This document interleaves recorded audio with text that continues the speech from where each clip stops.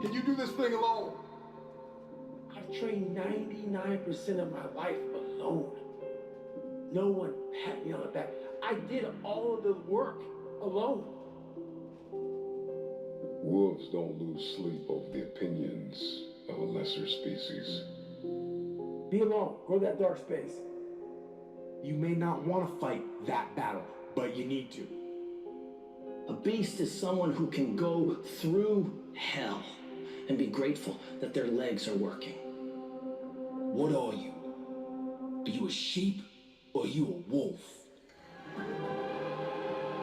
When you train alone, I can take myself to such a level of real passion and purpose.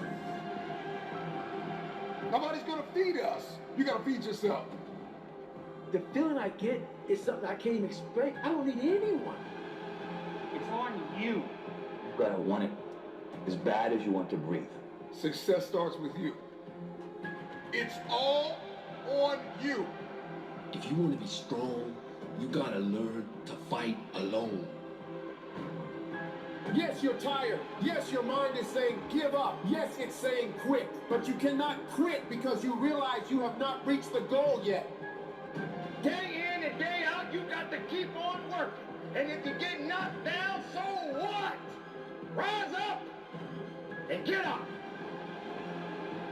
Nobody's going to believe in you until you've already done it. Nobody's going to come and celebrate with you until you've already done it, which means you're going to have to work for a long time by yourself with no applause, with no awards. No one's going to believe in you in the beginning, nor should they. Be okay with it. If I have to do it alone, I will. Start alone, but get started.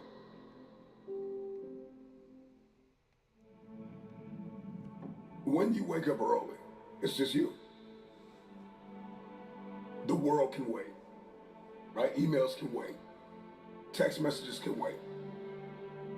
The boardroom can wait. The playing field can wait. The court can wait. Everything. I'm gonna be can locked wait. in today. And I can get Not down gonna be much talking. with what I've been called I'm to just do. I can focused. get dialed in with why I'm Here here. we go. What is my purpose without any outside influences or stimuli? I don't need coffee right now. I don't need alcohol. I don't need an outside stimuli to get my day jump started. I just need to get up and get dialed in. We want to be successful, but we don't want to get dialed in on a morning routine. It's unbelievable to me how much we want success, but we don't want structure. Put away the devices, put away the distractions, put away the outside stimuli and the influences and all of the voices and get dialed in. If you're listening to me, let this be a moment of transformation and motivation, but let this moment not just move you, but change you to take action. Why am I here? What have I been placed on this earth to do? All of a sudden, when I wake up and the world is sleeping, I get a different perspective. I can get my agenda, my targets, and my aims crystallized in my head. And whatever becomes clear in my head, I can hold in my hand. Period. All of us has this power within us, this force of nature that we have not tapped into. There's another level. Life is lived on levels. And these levels are unlocked by taking action. My question to you is, will you take action and do something out of your paradigm? If you're going to obliterate programs and patterns, then you got to do something different. Shake it up. Wake up early, man. Get up. It's time for an identity shift. It's time for elevation in your relationships and in your health and in your mindset and in your approaches and in your strategies. It's time to get into this space of innovation. It's your time. It's your turn. The wait is over. Get up and get back to yourself. If you're listening to me, get up, get up, get up, get up. It's time to go. Most people don't feel like waking up at 3 o'clock in the morning. Do it because you don't feel like doing it. you need to be the person that does it even if they don't feel it, but they do it because they're called to. Everybody wants to unleash greatness within them, and everybody wants to be their best self, but you're going to have to do stuff you don't feel like doing in order to get there. And so if we want to step into this transformative experience, then I need to have a competitive advantage over the competition. Or you say, man, I'm in competition with nobody, just me. And I get that, and I've said that. But the truth of the matter is if you don't do something the other man is not doing, then you're going to get knocked off. If you want longevity, if you want sustainability, if you want to scale, if you want peak performance, if you're going to do something in your bloodline, if you're going to pass something down generationally, if you're going to be a light, if you're going to do something that's never been done,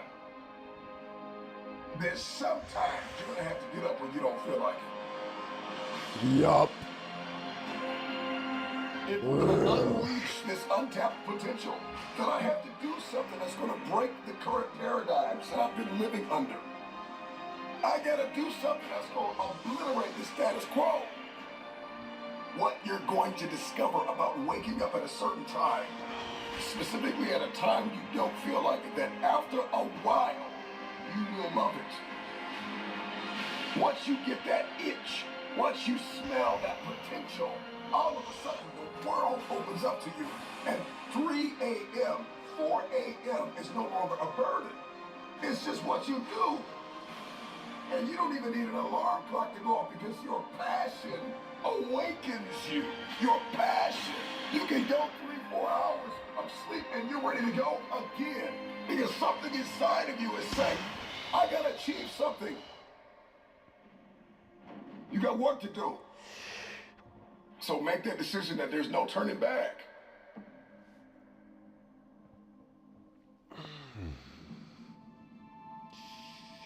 I'm coming day and night. And so we want to become unstoppable. When we want to be resilient. But we don't want to do what's impossible for most people. That's good timing, bro. That's good timing on that one. People, 3 a.m. is just like it's impossible. They don't even think about it. It's something they're just not going to do. They're going to get up at 7, 8, 9, 10. And so you've got to do what's impossible for most people in order to be that unstoppable force of nature. And I am an advocate for rest. Don't get me wrong, like, we got to get rest. Yep. We need to sleep. I understand that, but there are seasons and timetables, and there are rooms I've got to walk into, and there are hands that I have to shake, and there are contracts that I have to sign, and there are deals that I have to close that are going to require me to lose sleep sometimes.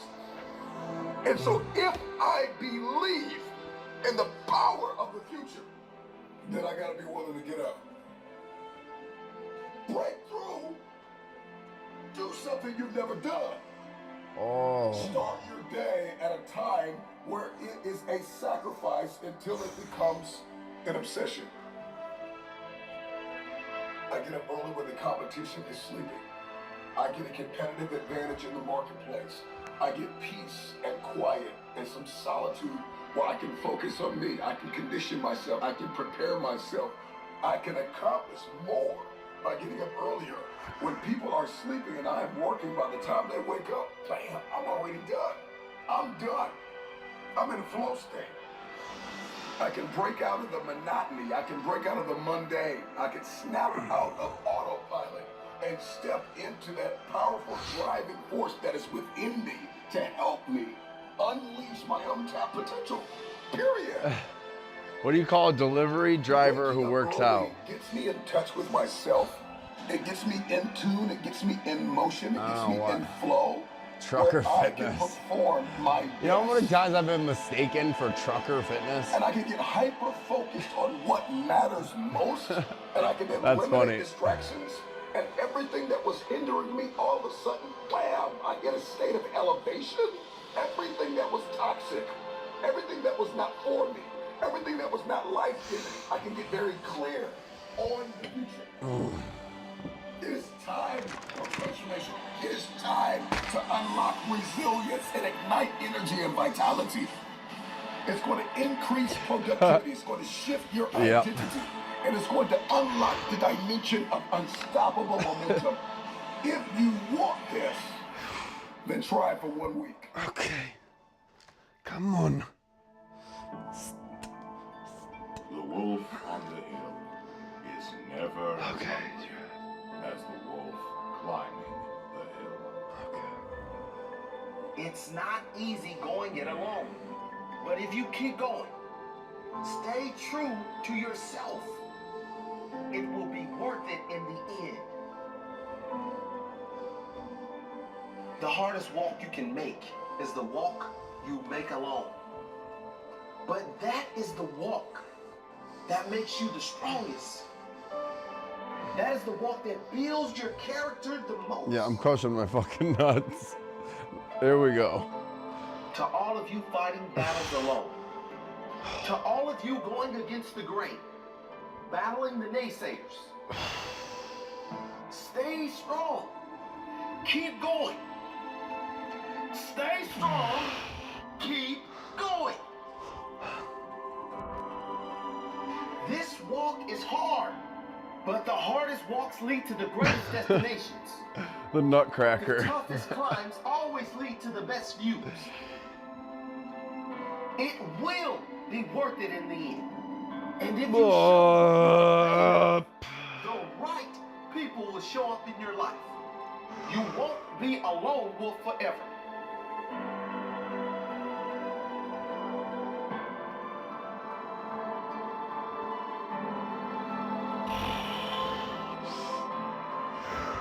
You have qualities only few can admire, because most don't possess.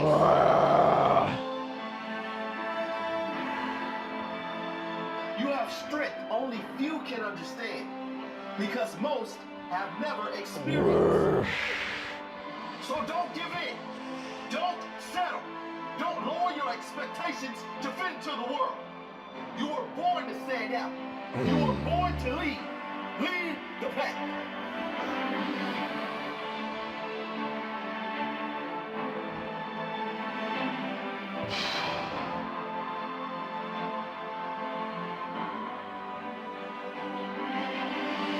They say the wolf on the hill is never as hungry as the wolf climbing the hill.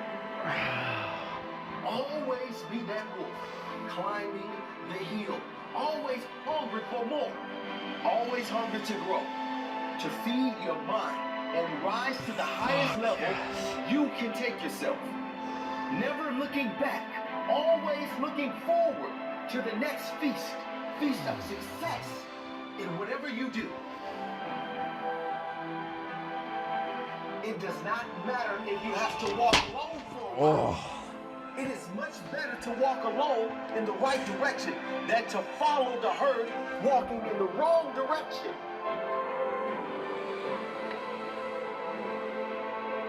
Stay strong. Be different.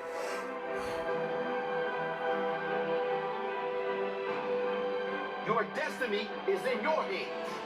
Come on, Trav. And hunt it.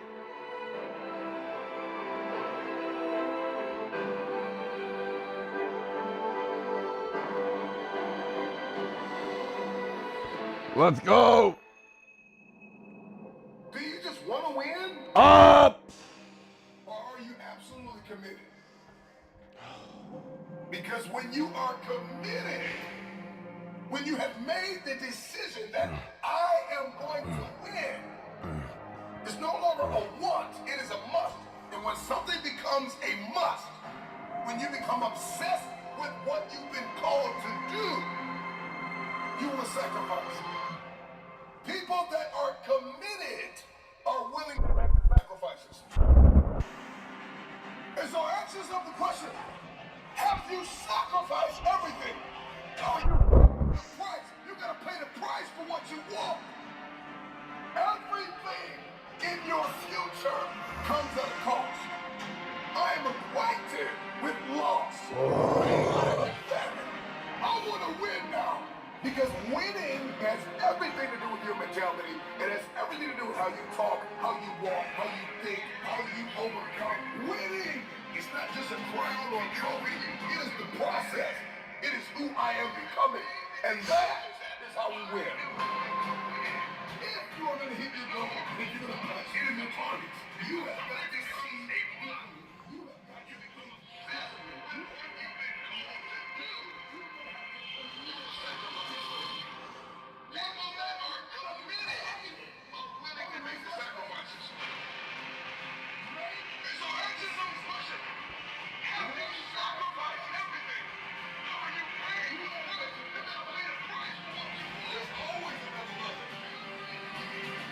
You've been in this place of misery long enough.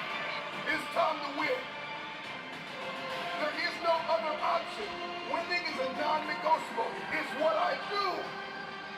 And all of a sudden, wham, no longer is it just what you do. It is who you have become. Because there are some people that win, and then there are winners. There are people who win, there are people who lose, and there are people who are winners. This ain't just something I do. It is who I have become. I am a winner.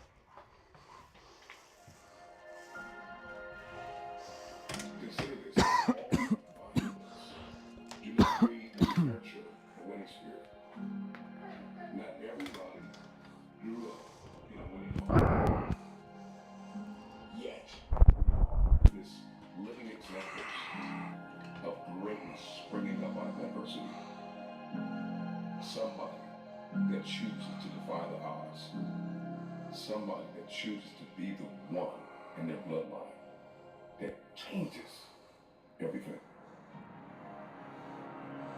One thing I know is that we've all been hit with a measure of adversity at some point in our life. You already know what failure feels like. People that are winners win. I'm blessed and highly favored by God. And they see it not just as an opportunity, but as a birthright. I'm blessed and highly, highly favored by God. Winners are obsessed with accountability. Winners are obsessed with accountability. Winning is a habit. Winning is with compassion because everybody deserves my best. Winning is wrapped up in the details. That is winning, the mentality. Winning is what I do at home. It's what I do on my job. It's my creative pursuits. It's my social activities. It's what communities I'm connected to. So are you willing to lose sleep? Are you willing to put the work in? Are you fully persuaded? Are you determined? Real winners. These are the people who have positive self-awareness. They are crystal clear about where they are and where they're looking to go. This is the type of person that's got tunnel vision. They move in the dimension of mindfulness and gratitude. When we unpack the architecture of a winning mentality, reveals that it's hard and dangerous. That's all I think about. That's all I want. That's all I see. That's all I want to hold in my hand. Winners aren't gadflies. These are people that every single day. Wanna go outside? Come on. Let's go. Up. Let's see who's here. We're supposed to be here.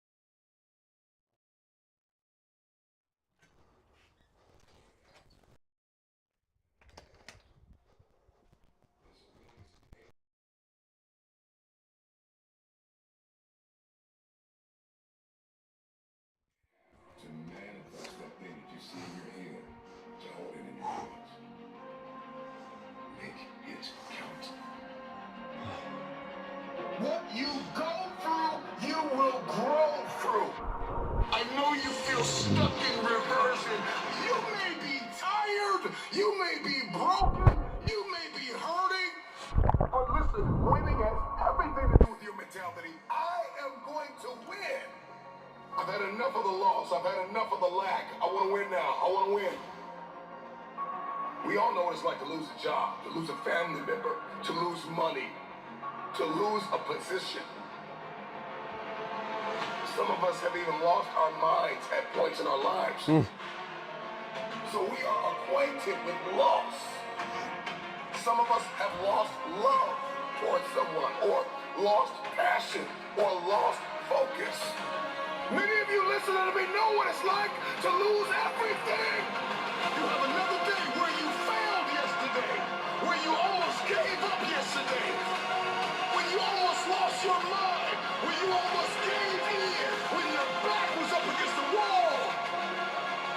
But there's something in all of us, something very inborn, interwoven, something very intrinsic, a distinctive in all of us, a desire to win. What are you made of? What is your DNA? What is your mentality? What are your goals? In this very moment, you have an opportunity. Seize the opportunity. Everybody wants to win. Because winning is not just an exterior thing. How you overcome conflict, how you navigate a room, how you navigate relationships, how you manage your time, how you manage your money, is not just an end thing. It is not just what I want.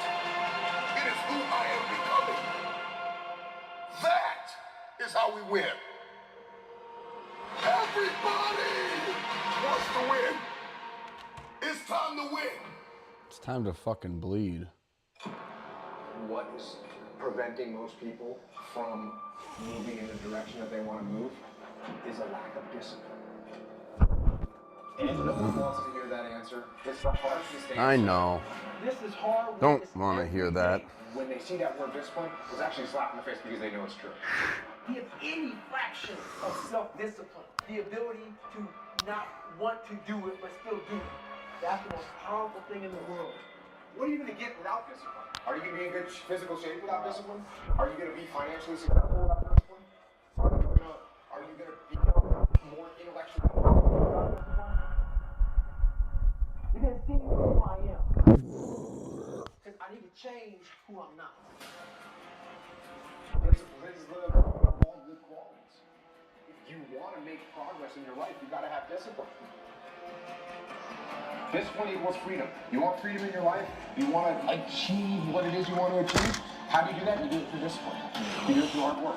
You do it by knowing what it is you're supposed to do and then doing it. You have to face yourself. What am I going to do today to change what I see in this mirror?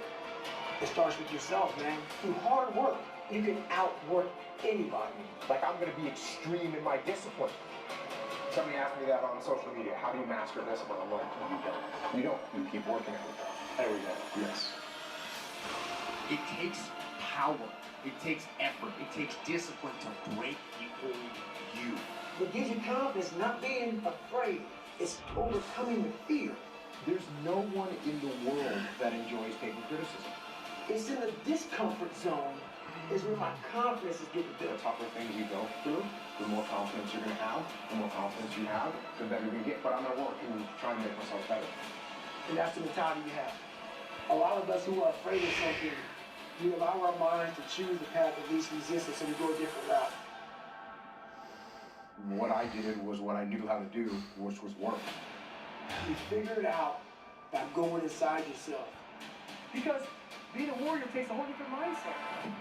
That's what I'm going to do. When I was a little tiny kid, 5, 6, the only thing I can remember was wanting to be some kind of commando. Fuck. There was not a question for me. I knew what I wanted to do. I never thought about quitting at any moment in time. SEAL Teams is going to war. That's what we do. You're lucky that you don't have to think like warriors think. You're very privileged. I chose this world to be a warrior. And I would choose it again if I came back to this world. But the mentality of a warrior is very different from normal mentality. You must be that person on that door, get ready to open, thinking to yourself, if I die, so be it. Because being a warrior takes a whole different mindset. And the fact of the matter is, bullets say to whom it may concern. And the bullet doesn't care who you are. They don't care how much training you've had. They don't care how well prepared you are. And if it's your day, it's your day. And so I think once you get to a point where you recognize and accept the fact that you can die, then you can move past that. That's a really high percentage of people that quit, but there's also people that fail. We have the ability to go in such a space if you're willing to suffer, and I mean suffer. Your brain and your body, once connected together, can do anything. When you're driven, whatever's in front of you will get destroyed. I was just a scared kid that found drive and passion to do something much better than what he thought he was. And that's why I talk about the warrior mentality. The only way you can go in that door is knowing there's a great chance you're gonna die. I'm worried about missing out on opportunities that I have because I got friends that will never get the chance to execute on opportunities because they didn't come home.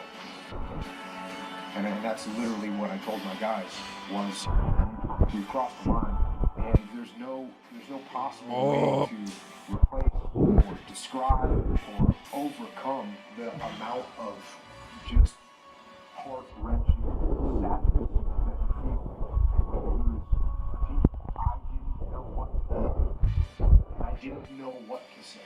First time, second time, third time. What I did was, and I told my guys, I don't know what to do. I don't know what to tell them. The only thing that I know to do is to go back to work. And I do know this, if Mark was here, he would want us to go back to work. And so we're going to lock in all our weapons, and we're going to go do what we do. That's the reality of combat. When you see people in these hard situations, that's when human nature gets revealed. And the more you can understand human nature, the better leader you're going to be. There's only one type of human being that can't improve as a leader, and that's the person that lacks humility. Because when someone lacks humility, you can't teach them. Amen. A leader has to be balanced. Amen. The older I get, the less I know. One of the things that I realized in the leadership position is that the words that you say matter, the actions you take matter. People are listening, people are watching, people are respecting or disrespecting you based on how you carry yourself.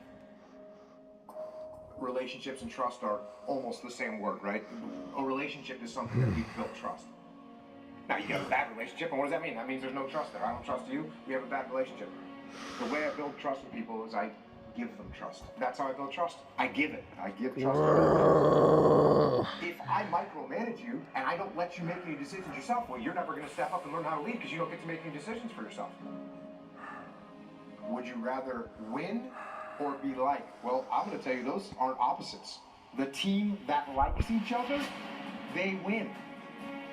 Oh, that's real. I'm trying to take the lessons that I was lucky enough to learn and get into as many people as I can so they don't have to suffer through the same mistakes that I mean, you're always going to have regret.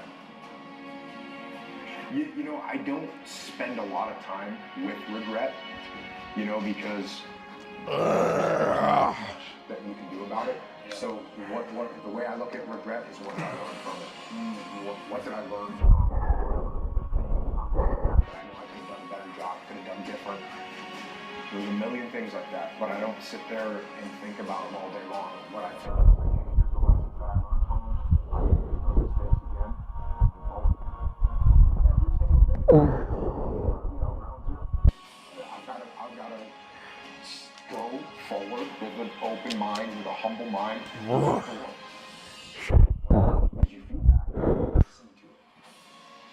Number one, you got to be humble. And if you're not humble, you're not looking for feedback and you're not listening. Feedback is built upon being humble. Everything that I look at, I try and look at from a humble perspective. And if you don't do that, it's going to be a problem. If I'm looking down the sights of my weapon and I'm shooting, my world is this big. The minute that I stop shooting, point my weapon at high court, take a step back, and actually look around, I can see infinitely more. Here we go now. Eventually, you gotta start doing it. As a leader, you should be listening 98% of the time and talking 2% of the time. Go. You will need to normalize in your mind walking alone. Oh shit! You're gonna be able to make big decisions on your own. You're gonna learn on your own. There are a series of targets you have to hit by yourself. My crab just passed the fuck out. I'm good.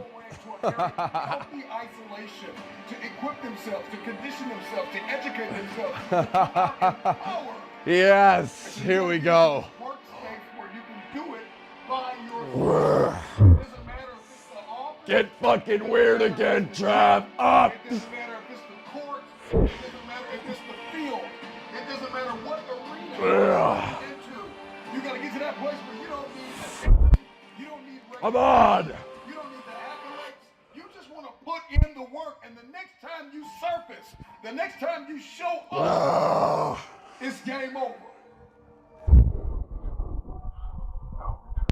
Remember.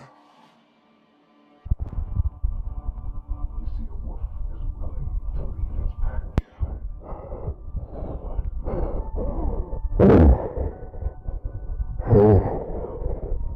Awareness adopts the wolf mentality. Be relentless, resilient, never look back.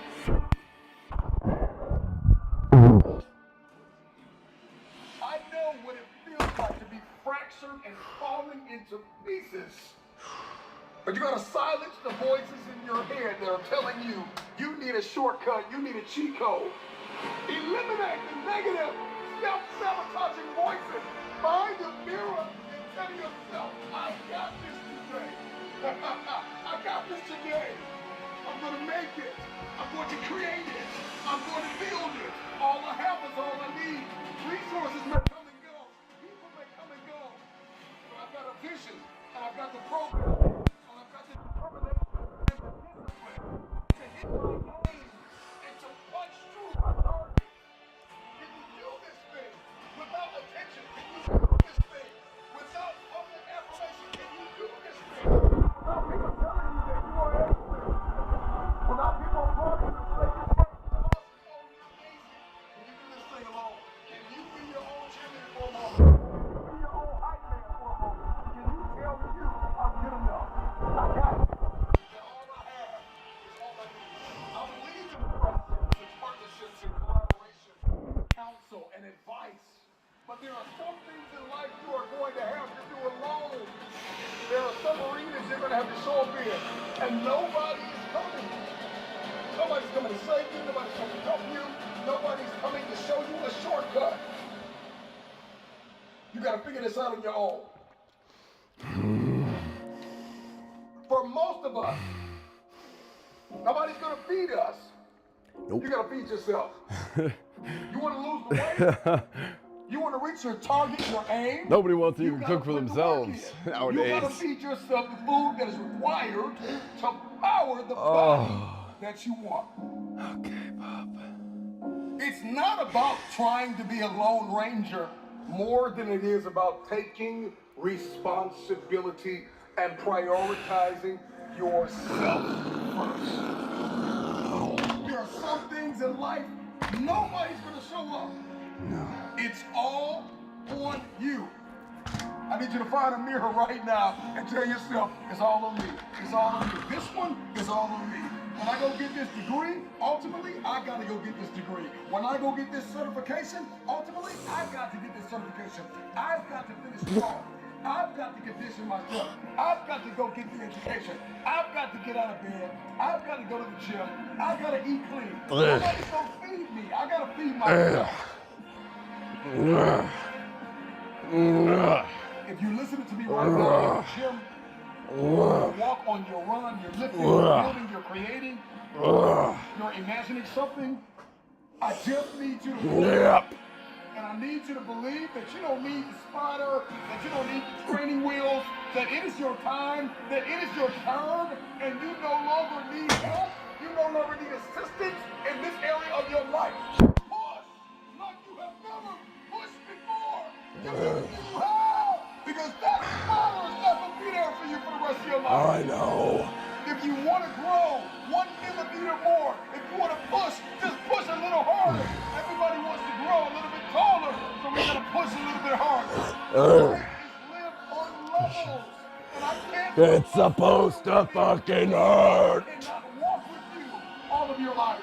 At some point, you got to say, I got this. I got this. I got this. Push! Come on now, Trevor. Look yourself in the mirror and tell yourself, I got this. I got I got this. this. If I have to do it alone, I will. Because to fulfill this vision, to fulfill my destiny, Yeah. I'm depending on the God that put the dream in my heart and myself. With tears in your eyes, with broken hands and a heavy heart. If nobody is there, and you are in a room by yourself, start alone. But get started. Help is coming. But everything rises and falls on you. Oftentimes, people that you wanted in your life will reject you, and that rejection is protection. It is a blessing because it's the same people that rejected you that will need you and that will rely on you. Come on, how many people have you tried to help when you were bleeding, battered, and broken? How many times have you called for help and the help was toxic? Come on, how many times have you asked for advice and the advice brought more adversity? Take responsibility for yourself. Take control of your life. I need you to understand your worth and stop playing the blame game. Because 9 times out of 10, the people that hurt you, you brought them into your life. And so you got to reflect over the past. You have to acknowledge the present. And you have to cast vision for your future. And take accountability. You kill the self-condemnation. Stop tearing yourself down on the inside. Stop saying one thing, thinking another, and acting in a whole nother way. How you think is how you talk, and how you talk must be how you behave. Because your thoughts will determine your behavior, and your behavior determines your future. And so everything's got to line up. And so you need an alignment, an internal alignment. I can't align you. You got to make a decision to align yourself. You can hear a speech and make a decision, but every day you have to make that decision. That decision has to evolve into discipline. And discipline turns into mastery. And mastery builds momentum. You're not going to always get it right, but you better keep going. When you start alone, you possess a power that few can handle. Goliath! If you don't have self-confidence, here's what you have. You have a really bad reputation with yourself. You have built a habit of not keeping the promises you make to yourself. We've all heard this before. You need to believe and know that your one decision, one relationship, one meeting, one book, one thought, one something away from a completely different life. Here's how I built what I would call almost superhuman confidence in spite of my insecurity. Think about that. Superhuman confidence in spite of my insecurity. It's an effort play. If you don't have self-confidence, you've never kept the promises you make to yourself. Check that box. If you have self-confidence, you've started to keep the promises you make to yourself. If you want to have superhuman self-confidence, you keep the promises you make to yourself and one more. Okay, Bob. So if I'm going to get up and I'm going to work out, I'm going to do 10 reps in the gym, I do one more. If I'm going to do 45 minutes on the treadmill, I do one more. If I want to make 10 cocktails, I do that and one more. If I'm going to tell my daughter I love her every day, I'm going to do that and one more. Because in life, we don't get our goals, we get our standards long term. And so if your standard is one more, what starts to happen is you go, I'm willing to do things other people aren't willing to do. That I have great faith, great associations, and I intend to help people. This is a formula to build wonderful self-confidence and never lack humility when you have it. Never link your confidence to your ability. Abilities or to your achievements, you're always going to be chasing it. But if you link your confidence to your intentions, man, you have beautiful intentions, and that is something I knew about. I know I have a good heart. And all of us, we run around carrying these bags of, I'm not qualified because I made this mistake, I had this bankruptcy, this relationship didn't work, I did this thing you don't know about, I'm so ashamed of. That's why you're qualified. That's the thing that qualifies you. The humanness in you. You are the only human being with your combination of gifts that you were given, whatever they are, and your experience. And real human beings help real human beings by being vulnerable and transparent, saying, I know where you are. I've messed up worse. I've made greater mistakes. I felt worse. I know Fuck, amen. I know that anxiety. I know that shame. I know what that feels like. Ugh. You're one away, one relationship, one meeting, one person, one thought away from changing your life.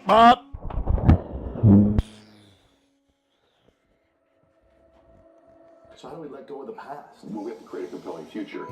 In other words, you're not going to let go of one thing until you grabbed onto the next. You have to create a new future. You have to create a future. And by the way, it's okay that you don't believe all of it initially, as long as it becomes repetitive and we begin to take steps towards it, right? So for me, I still have stuff from my past. There's still a little part of me that doesn't want to be broke. There's still a little bit of fear. But you're not broke. Yeah, but you've interviewed some of the most successful actors and entertainers, so have I. And you get them privately, and sometimes on your show they go, you afraid it's going to go away? They go, yeah, I am. That's why I work so hard. So there's an element of that that's okay. It's creating this vision for your life that's compelling. And you survive the temporary. And if you can survive the temporary, it says on the other side of temporary pain, you get introduced to your other self. And that other self produces that other life. And so here's what happens for most of us. We think everything's permanent. And because we think it's permanent, we make permanent decisions based on temporary conditions. Even our bodies, or even our souls, are temporary. But if your body isn't permanent, your problem isn't, your pain isn't, you need to create a different relationship with pain in your life. For most people, their relationship with the pain and the inconvenience is to avoid it. So if you could be, but if you could say to yourself, on the other side of this is this other self. The hardest working you've ever met, the most crazy focus you've ever been, was the happiest you've ever been in your life. Yeah. And the truth of the matter is that most of you don't understand the effort, the time, the focus, the obsessiveness that's required to do something great with your life. But you have to get great, and you have to be intentional, you have to be obsessed. I know what you put into this, I know what the pace is, I know what the focus is, I know what this is something that's infectious, and you get around you, emanate with an energy, and it's like, this person will this to happen. People dramatically underestimate the amount of obsessive, crazy, relentless focus it takes to be great. They go, well, I don't want to be that out of balance. Then you don't want to be great.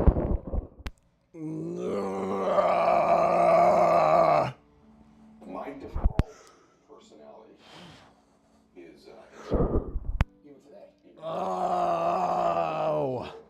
How is that default? You wake up and you say, I'm a nobody, or what? What's the I lack this, I'm fooling everybody. Really? If they really knew, I've always tried to disqualify myself. I was bullied as a kid, my dad was an alcoholic, I wasn't a real big guy. I disqualified myself because, the truth is that maybe for a while, everything that I got that was love when I was a child only came when I achieved something. I wasn't good in school. The only thing I was good at was sports. So my default is tons of insecurity. I love to beat myself up with mistakes I've made. I'll cook a rice. I did this, I did that, I should have done this, I didn't do that. And I always thought these mistakes, these weaknesses of mine, disqualify me from being happy for other people. The confidence part is the thing I'm always going to have to work on. Even today, even with all the success and the massive show, the big businesses, and all the homes and everything people see, what else do you need though to feel like? I don't need other things. It's an internal game. The stuff is really being in the temporary life. It's not stuff. What means that for me is that I'm more confident when I'm living that attention, which is so, like, that's a beautiful expression of that a real man is capable of real love. That's a sign of real strength. And what we do is we gravitate towards the familiar emotions in our life, even if they're not ones that serve us. And I don't think there's that's negative or positive emotion. I say this in the book. There just are. Yes. Fear isn't negative. If fear in abundance is negative, some frustration, some anger is appropriate. It's to the dosage level. And we get these 4 or 5 of them. For me, some chaos is okay. It's fun. It's exciting. It's exhilarating, right? But getting it every day, every week, every month, all the time, chaos is my gateway emotion to the ones I don't want. Chaos gives me stress. Chaos gives me anger. Chaos gives me frustration. Chaos gives me fear. I used to think, well, that's a superpower because I've created all these external, look what I made, look what I did.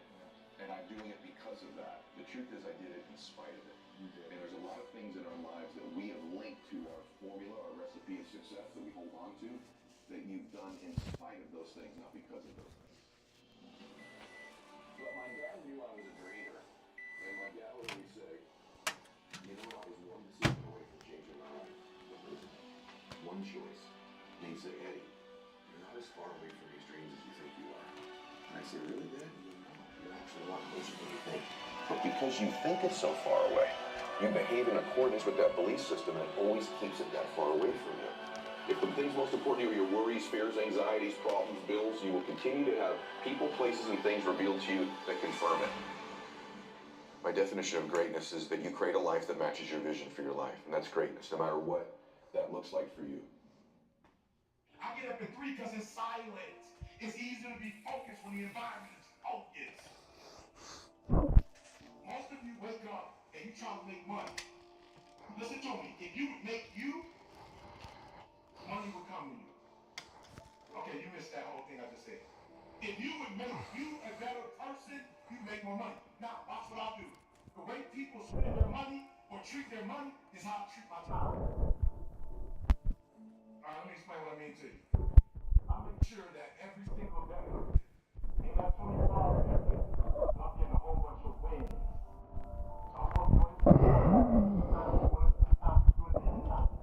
Most of you waking up and you working for money. And I was in the back with Cole. Cole was like, hey, I got this opportunity for you. I got this opportunity. I got this opportunity. When you become number one, you have to take opportunities. So I became number one. Not meaning I'm better than nobody else. It means I just mastered my craft to the point that I know what I do that nobody else do. I know that I have ways of doing in this industry what nobody else does, and I pick out in this industry, I carved out my own group. And your problem is, you at 50% knocking on doors trying to get the result, somebody at 100%. And you wonder why they ain't working. Because while you're doing what they're doing, you're not, they are. So why do I put more emphasis on time than I put on money? Because they print money. You don't print time.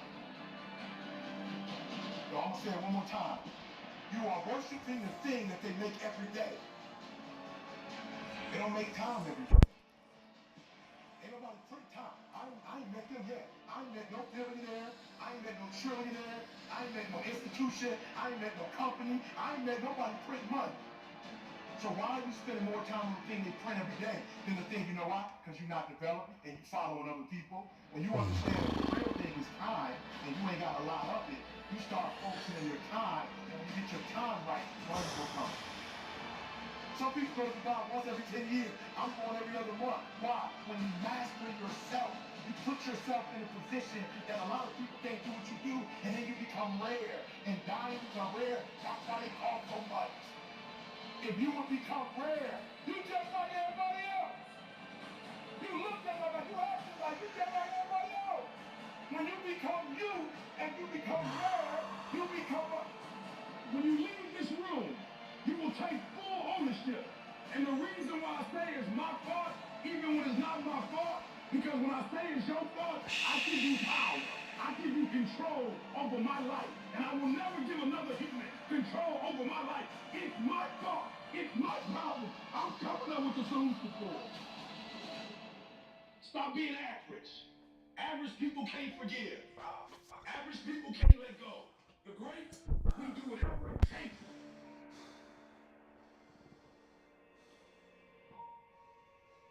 Those who have a why can bear almost any how. How did I become number one in the world? Found out my wife had multiple sclerosis. They told my wife, listen to me, y'all. My wife's so be small. They told my wife she had MS. She's like, man. Then they told her she had to quit her job. Tears came out. The doctor said, you don't have insurance. She said, yeah, I got insurance. She looking at me like, why are you crying if you got insurance? And my wife's identity is in her waking up and working every day. She went to school to be a registered nurse. She went to school to do breast and cervical cancer. She didn't want to be at home. She didn't want to be no home wife. She literally went to school to be a nurse. She loved her job. When they told me, I know what I'm doing. I said, how much you make? She told me $5,000. I said, $5,000 on 12 times 16 times 30 years on 1 point. Still don't.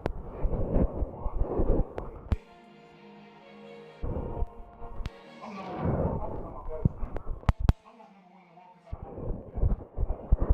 I'm not number one because my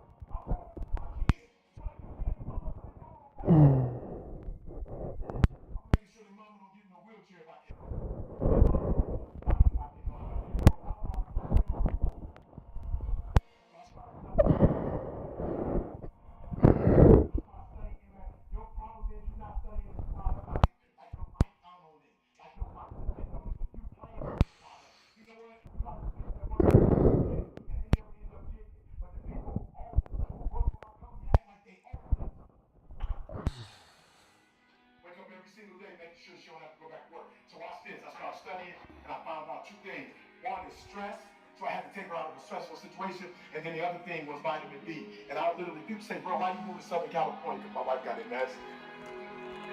I literally type, what's the best place in the world for vitamin D? Southern California. What's the best temperature in the world in the United States of America? San Diego, California. It don't go 99, 100, and then back down. It's right there. I said San Diego, I'm 100 down. You're moving to San Diego. Why? I don't care about San Diego. My wife, in the first year, last year, we were in San Diego. My wife said to me, when we were back to Michigan, when the summer came, my wife said, you know something? I said, what? She said, I never took a nap in California. I said, what you mean by that? She said, the sun energized me, and I never needed to take a nap. You're gonna come after me. The reason why most of you can't do what you do, you keep getting knocked down, you keep quitting, because whatever your why is, it ain't stronger than the beat down you take. Whatever the beat down, whatever life is throwing at you, whatever punches is blowing, whatever's happening, it ain't deep enough for you to wake up. Like you getting punched and you feel that pain, and you like, ain't no need to get up. No, and I feel you. You need to stay down. Because life gonna beat you. You talking about making millions, life gonna beat you down. You talking about making millions, multi-millions, billions, life gonna beat you down. So when you feel the pain and you get knocked down, stay down. If you got a why that's deeper than your pain, every trial, every tribulation, I will my way through it. I don't care if it's cancer, I will my way through it. I don't care if it's MS, I will my way through it. I don't care if I'm struggling in school and I'm trying to get a degree, I will my way through it. I don't care if you fail the boards, go again. I don't care if you fail the law exam, go again, will your way through it. Some things you can skill yourself through, some stuff you gotta will your way through.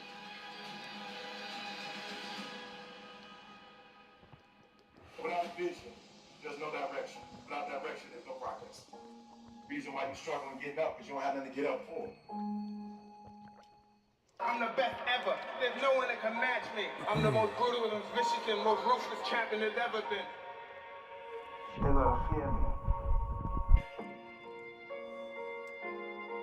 You have to be the champion before you become the champion, so that means rank down. You have to be him before you become one. You gotta be him before you become him. You That's how it starts. You look at somebody, I want to be like him. You don't say, hey, I'm a bad motherfucker. I want to fight everybody out here. Nobody's going to take my heart. I might want to do that. Well, greatness is when you make your illusion your reality. Nothing's impossible for somebody who's going to try. If you're going to try, it's capable of being done. Well, you'd fight Tyson Fury. Hey, I'll fight a lion if the price is right. My whole objective is your total surrender, your total domination. I'm going to destroy you. Like Rogan said, when you launched you were...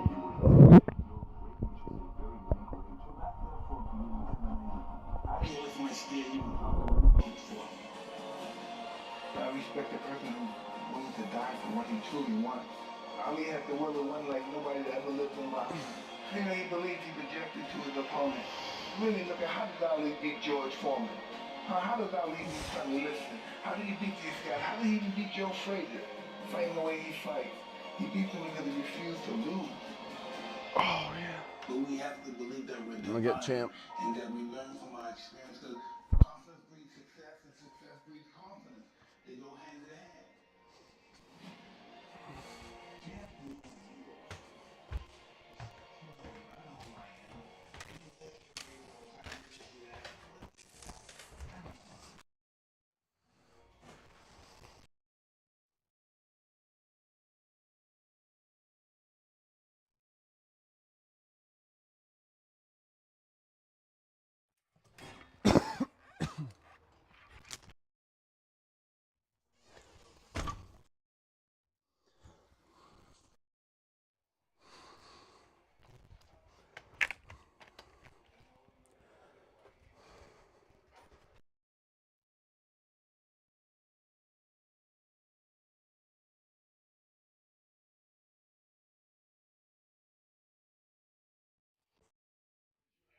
Somebody that you were like, that they got you? Was there ever a kid that got you or not? Absolutely. In order to be good, you have to lose it to understand loss. Because loss is life.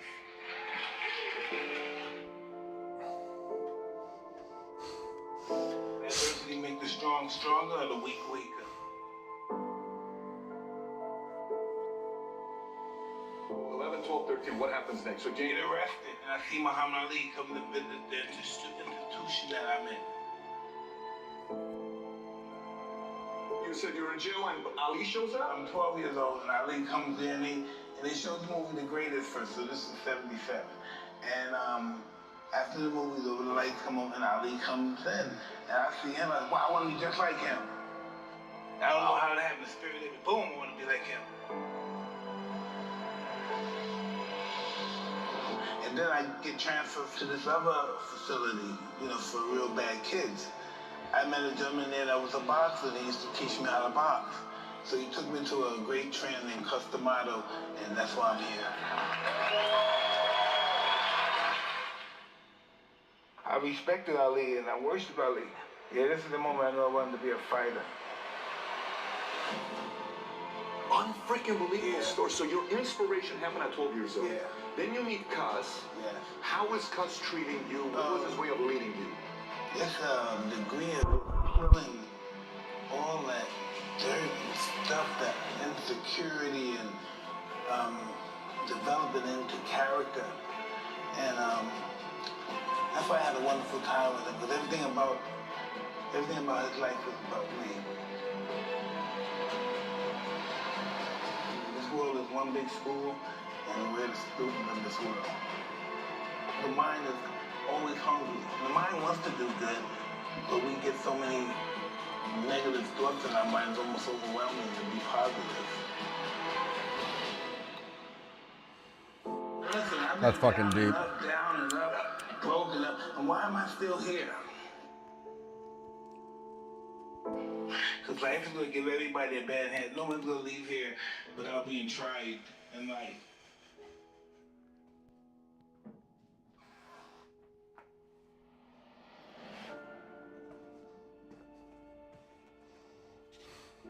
So inspiration. So is that what got you willing to be disciplined to get what you want, like to become a champion? At 14 years old, I'm willing to do everything it takes to be a champion?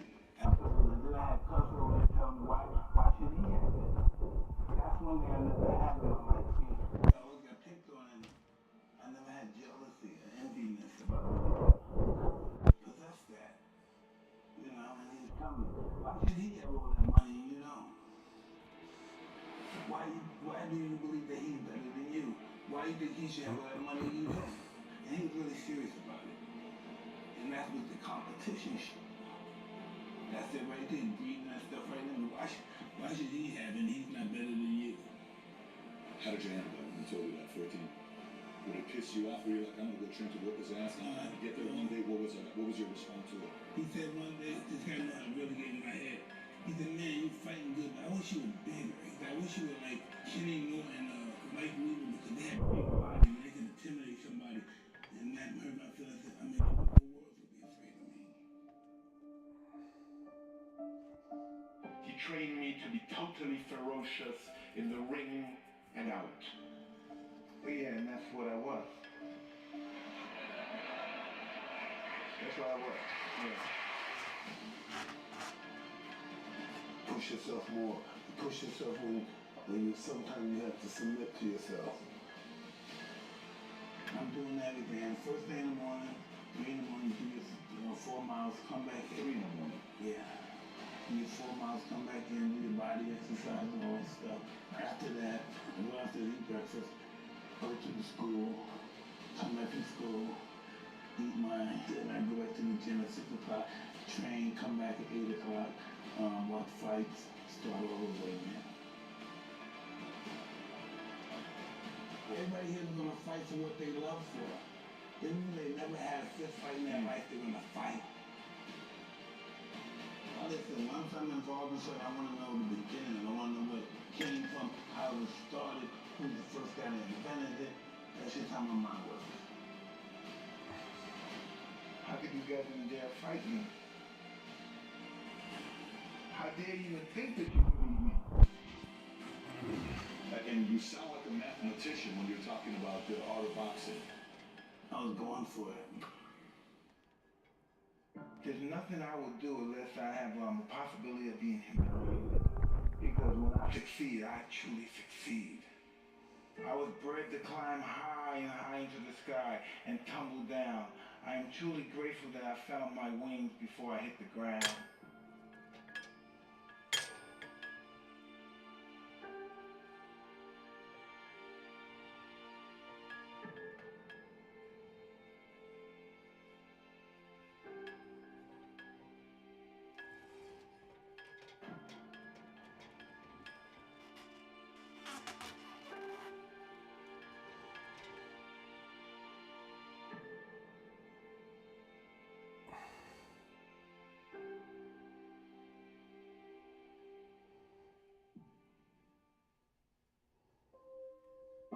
You know, the number one excuse is I don't have enough time. I always tell people there's 168 hours in a week. If you get 8 hours sleep a night, well, there's 50 plus hours gone. You still have 110, 112 hours left. If you work 60 hours a week, you still have 55 hours left to go do what's important to you. So I don't really buy the time excuse, but that's the number one excuse that I hear. It's time to get real. It's time to get raw. It's time to look ourselves in the mirror and come to the resolve that this version of ourselves is not going to carry us in the stretch. That I've been this version of myself long enough that if I don't change, if I don't do something about this, then I'm going to find myself bankrupt. A man is rewarded in public for what he does in private. Discipline is the single most important thing that you can use when it comes to being successful. Motivation is fleeting. No one wakes up motivated every single day. The key to success that you're looking for, the thing that's going to make your dreams come true, is simple discipline. It's doing what needs to be done even when you don't want to, even when you're not motivated. You're only disciplined once a week. You're only determined twice a week.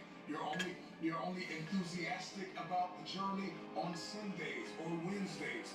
And once you get a covenant, once you make a covenant with who you believe God is going to be, you say, you know what? I'm going to commit to this. You're going to put the blood, you're going to put the sweat, you're going to put the tears in, you're going to lose sleep, you're going to go days without eating, you're going to do whatever it takes to make the sacrifices necessary to manifest. We give up too early. If we just had a little bit of perseverance, if we just worked a little bit harder, and just took it a day at a time, our dreams would come true. There are too many people in your life who have left you. There are too many people in your life who have counted you out. There are too many people in your life who have whispered in your ear and said you'll be worse off without them. Prove them wrong.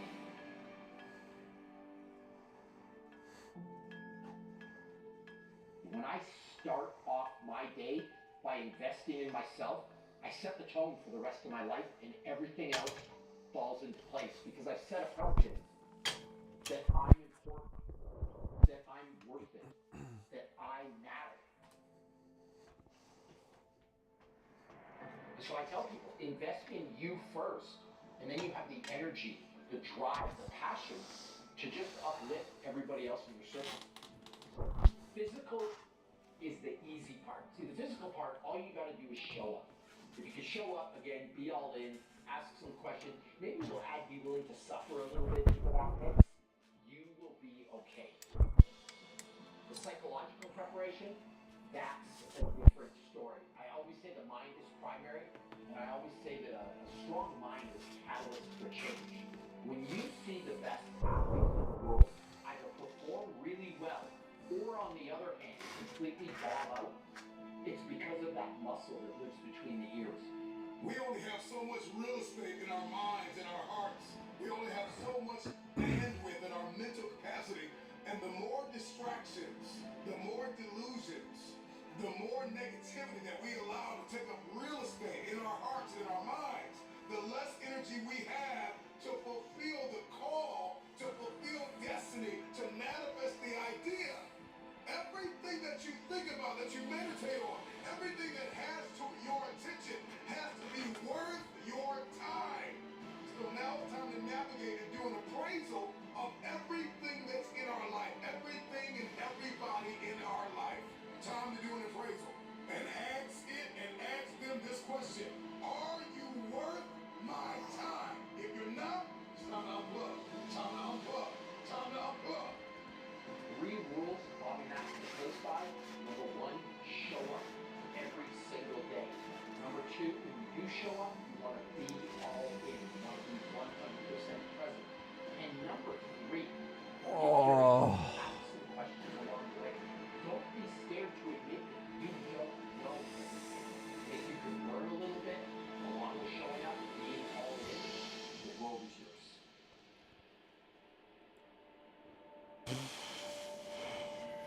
If you want to be good at something, if you want to transform your body, you've got to spend 130 quality hours. And the next question I'm always asked is, what does that look like? It's an hour a day of dedicated practice for 6 straight months. If you want something, if you want to be good at something, you want to accomplish something, you've got to put in the time. And the minimum amount of time that you can put in is an hour a day of dedicated practice for 6 straight months. If you want to be good at something, you've got to do it every day. Like we look at LeBron James. Why is he good at basketball? Because he does it every day. You look at Wayne Gretzky in hockey. Why was Wayne so good in hockey, arguably the greatest of all time?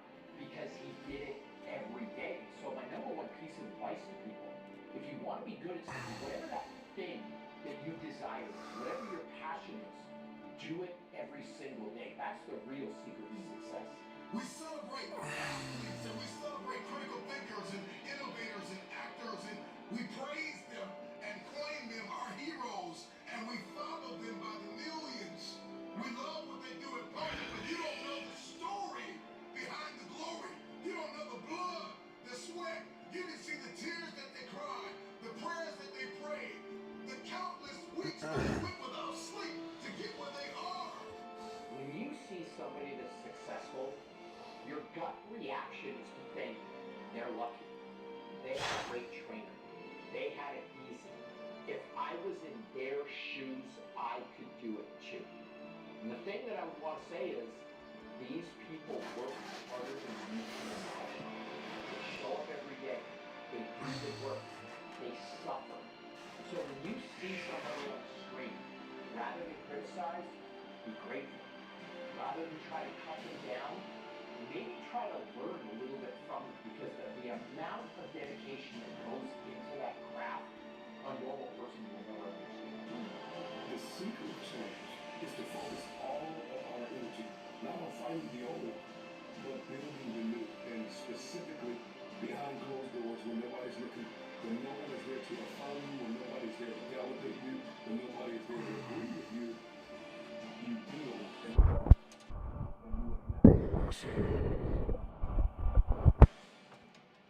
Yeah.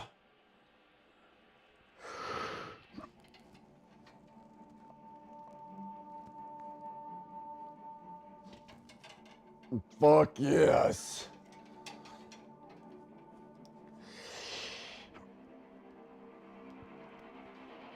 Ah.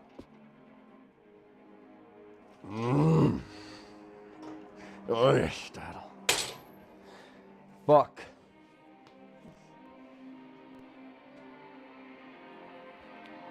Oh. I'm thankful to see another day. No, things aren't what I want them to be. Holy shit. No, I don't have all the things I want to have.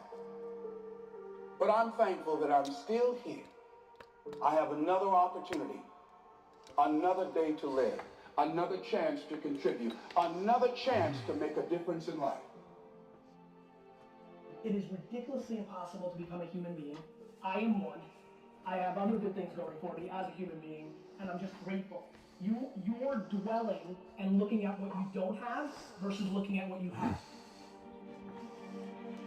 You are alive against stupendous odds. You are breathing air, observing sunsets, gazing into the night sky. Most people who could exist will never experience that. I need to constantly remind myself I'm not yet where I want to be. Right. I'm not where I want to be.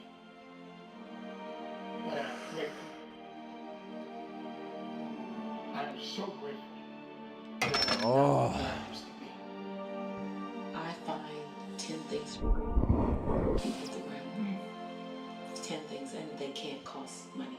And especially if I'm feeling strained and stressed, I go over my gratitude list, because gratitude will reduce stress all day long. Happiness only requires that you are grateful. If you've got $1 billion and 3 beautiful children love you and a beautiful husband and wife, but it doesn't matter what you have if you're not grateful. If you live in an emotional home, a habitual pace of worry or frustration, your life's called worry and frustration. Perspective. And once you see gratitude and opportunity, like you're fun.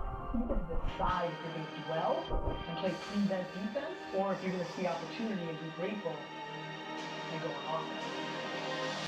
I am not where I want to be, but I am so grateful.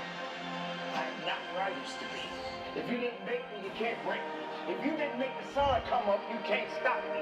If you didn't make the moon shine at night, you can't stop me. My purpose, my will, my dedication, my motivation is all about doing the business, because guess what, ladies and gentlemen? That's what I'm about. I'm about that business. I'm about that life. You have to stay grateful. You can't take things for granted. We have so much abundance in the world, so much opportunity, and too many people are crying about what they don't have,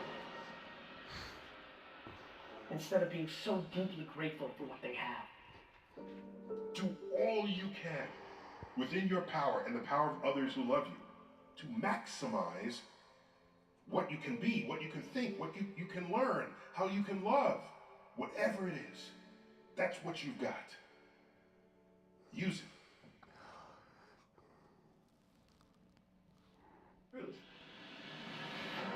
we hear about rock stars and famous actors and these people that we see as sort of like the absolute apex of success in the industry running off and killing themselves and dying of alcoholism and like all that darkness happening at the highest level, it's like, 'cause that doesn't equal happiness. Like, what is happiness for you? Your mind, your emotions, your body. You have 100% control over what you do with these things, and that's where the game is won. You win the inner game, then you win the outer game. But a lot of people spent their life trying to win the outer game, they won, and they're miserable. You look at your life as you look into the future and say, what fears am I holding on to? What fears that I'm allowing to imprison me? It's keeping me from breaking out. It's keeping me from living up to my true potential. It's keeping me from really being happy. It's keeping me from having a sense of adventure and excitement in my life. What's keeping me from controlling my destiny? What fears? And I'm giving that permission to. Notice what I said. That we must give our permission to fear to immobilize us. Because whatever discomfort you experience, whatever challenges or difficulty that it is, you've got to handle it. You've got to go up in there and wrestle with it. Will it be easy? No. Will it be challenging? Yes. See myself confronting my fears, handling my fears. I'm more than able. Where have you been up to this point? You look at your life, you look at what you produce. Is it giving you what you want? Are you living on purpose? Are you living your dream? Are you acting on your ideas? Are you doing all you can do? Have you gotten comfortable? Are you procrastinating? Are you evading your own greatness? Are you surrounding yourself with people that can nourish you? Are you challenging yourself? Are you experimenting? Are you learning something different? Is your life an adventure or is it boring? Where have you been?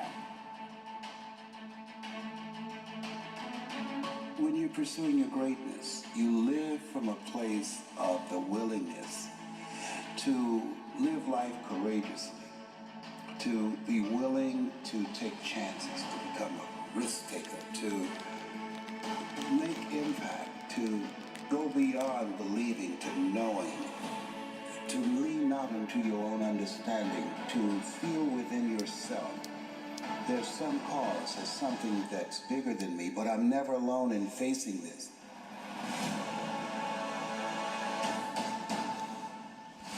See, we don't have the courage, and that's what it takes, courage.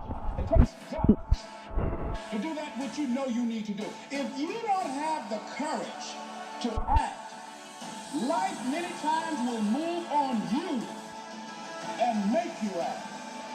Life will whoop your butt so bad.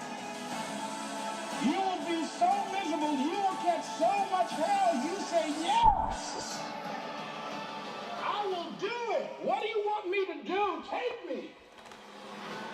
And you've got some idea, some dream, but you might have to go back and brush it off and look at it again and say, I've got to do this. This is my stuff. This is what I'm supposed to do. This is why I showed up. Where are you going with your life? What decisions are you making right now as you look into the future? It's necessary that you get outside of your comfort zone. It's necessary that you develop some new relationships where you can learn from people. It's necessary that you do reading, that you do research. It's necessary, if you're already involved in some business, that you don't be satisfied with where you are. You want to make it a bit? It's necessary for you to constantly look at ways of getting better. Not only is it possible for you to have your dream, and it's necessary for you to challenge yourself to go after it and get better and leverage the relationships that can help you get to where you want to go. But it's you. The major key to your reaching your dream, your living up to your greatness, your making your contribution. That's you. Good times create Amen, Les. And amen, Tony. people create bad times. Bad times create strong people. Strong people create good times. My whole thing is leaders anticipate, losers react. If you can anticipate what's coming, you can really take advantage. If you wait till it hits you, you're in trouble. The biggest problem people have is they think they're not supposed to have it.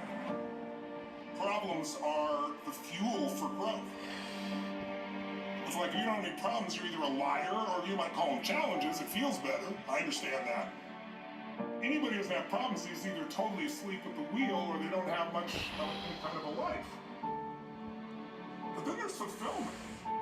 And fulfillment is living what you're made for. Is it a lack of confidence? No, it's a lack of mission. I like winning. I like being the best at what I do, so I'm not going to settle for less than that. Why would I? Michael Jordan, he took 1,000 shots before you take a break. So you look at Jordan, or you look at, LeBron, or you look at anybody who's the best in the world at what they do, and you go, aren't they lucky? But if you actually study them, you'll see they're doing things, they're practicing private things that make them certain in public, and they get rewarded for what they do in public. Yeah. And you gotta do the same. When you just know you're gonna mess up, it's not gonna be perfect, you're gonna forget that line that you really wanted to say, but just put all the energy on the audience, everything starts to change. If you stay ready, you don't have to get ready. It's a shift in your identity. Every single day, 6 days a week. What matters? A few subjects, your body, because your energy matters. That energy is low. Everything I just said is worthless to you. Because when you're low energy, you don't use your full intelligence or ability. You need emotion. If you don't know how to master your emotion start wars. Emotion creates peace. Emotion gets you children. Emotion is what can make that business work or fail. And most people don't know how to direct their own emotions. Let me be conscious about feeding my brain things that are going to give me not only inspiration, but insight and skill and tools. 68% of the Fortune 1000 were started in either a recession or a depression. Well, the first skill you got to master to be great is the ability to recognize patterns. When humanity recognized the pattern of the seasons, the whole world changed. Because we went from hunter-gatherers trying to survive from place to place where we're exposed to everything, to wait a second. If we plant in the springtime, we protect in the summer, we reap in the fall, and then we hang on to some of that so we can live through the winter.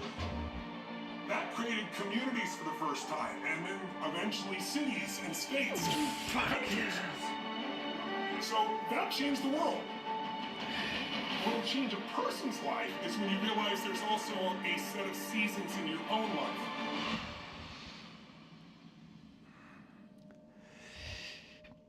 And so think of it this way, 0 to 21 is springtime. Things are easy to grow in springtime. You don't have to do that much. Growing as a kid happens naturally. But overall, life is supporting you. It's sending you, teaching you, sharing with you. Now, when you get from 21 to 41 or 22 to 42, whatever range you want to talk about, you now are in the real world. And now you go test what you learned in your springtime. So you start to learn, test, figure out what's real, and it's an important stage of life. 42, 43 to 62, 63 is the power of your life. If you worked hard in the spring and the summer, and you put yourself out there and you planted, it's a reaping time. It's a time when you really become a leader. And then if you're lucky, you go from 63 to 83 and maybe 83 to 103, and you have an extended final season of your life where you get to be the mentor, you get to share. You get to make a difference. And maybe towards the end of your life, people look out for everybody else. That's kind of the cycle of life. What if you're born in 1910? World War I ends. The world looks like it's a great place. New technology, cars, radio, and then what happens? An explosion of abundance, the roaring 20s. And so you're a kid, you're 14, 15 years old, and you're like, I can't wait to get a car. And you go, but what happened when that person hit the next stage of life, 19, 20, 21 years old, and became of age in 1929? And suddenly, people are jumping out of buildings, total depression, dust bowl, nobody's got jobs. It looks horrific, and it was horrific.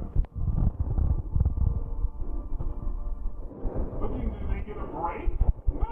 turned 29, it's 1939. It looked like the whole world was united. Hitler was sweeping across Europe, bombing London. It literally looked like the world, was over. This is what gives me great optimism for everyone watching here. Winter's not forever. No pandemic lives forever. Everything changes, and everything ends. And the good news about winter is it's always followed by springtime. What follows the night? The daytime. What a cool way to set it up if you were God of the universe. The first thing I do every single morning is you go in freezing cold water, and when you jump in, it never feels good to go in, but getting out, you feel incredible. But I do it for a different reason. I do it to train my brain to say, when I say now, it means now. When I say go, we go. I don't stand there because it's cold to go, maybe in a minute when I'm ready, but I always do it because I've trained my brain. This is how we work. And if you train your brain to do that every single day, then it'll do it on the more difficult and important things in life. Real. But the essence of it is, I change my body radically, and I do 3 things to make sure that my brain is primed. And what I mean by primed is, most people think their thoughts are their thoughts, Lewis, and you and I know better. Most people just don't understand that you are being primed all the time, and unless you prime yourself, you're going to be primed by the environment. So I want to take control of I my know brain. this. So I do 3 quick things. 1, This I've always known.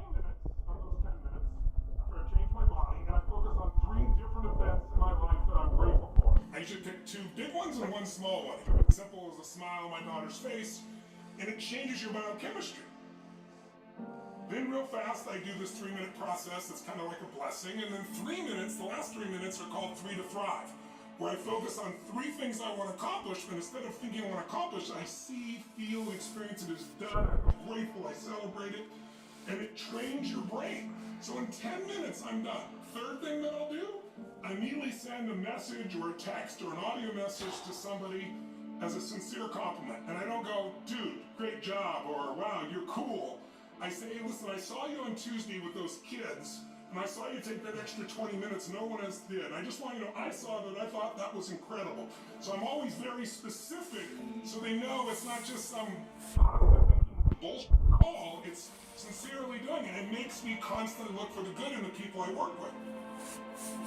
4th thing I do is whatever I don't want to do, the most challenging part of the day. What's the story we all love? It's the comeback story. It's the comeback. It's the Rocky. It's that music where all of a sudden you step back up and you take control and rock. You just a rock. Weak people create bad times. Bad times create strong people. Strong people create good times. The fact that you're still alive and still on this earth, even though it's been challenging and rough, and sometimes you get discouraged and uninspired to keep going, God has a plan. You will grow through what you go through.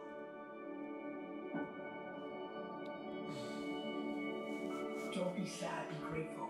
Don't dwell, do. Don't complain, create. We got this.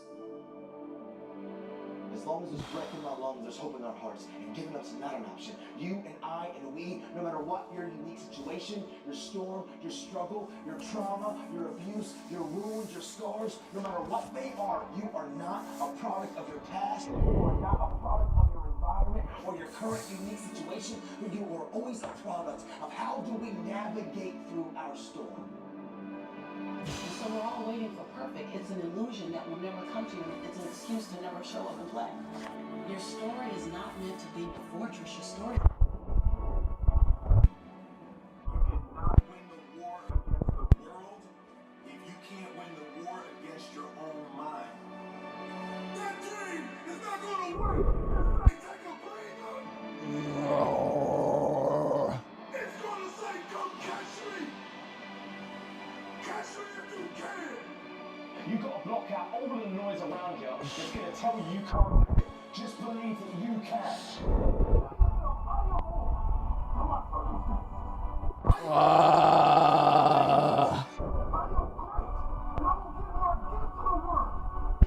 Because this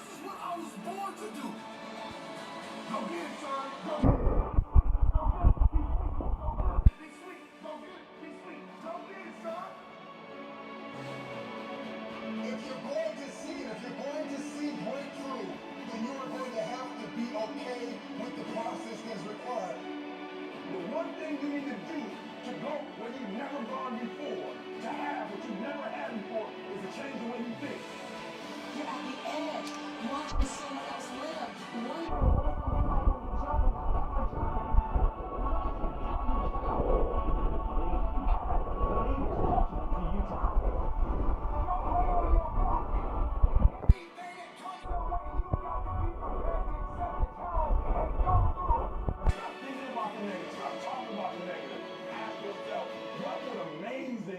For you. As long as that heart is pumping blood, you're not dead yet. They haven't put rose petals on your box yet. Make sure every breath you take counts for something.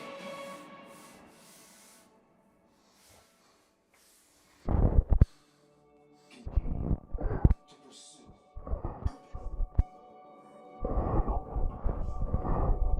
Everyone of you in this room, we're born to not just exist, but to experience life.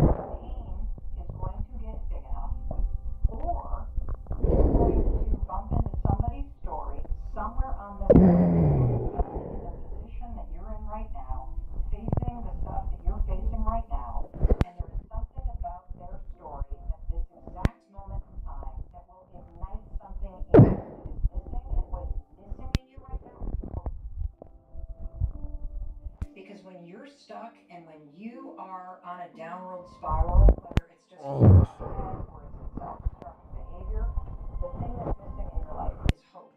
You don't believe right now that anything is going to make a difference. What if this is the time sobriety sticks? What if I go to therapy and I actually do change the way that I think? What if I could recover from this narcissistic abuse that I've been kind of struggling with after that relationship or that marriage?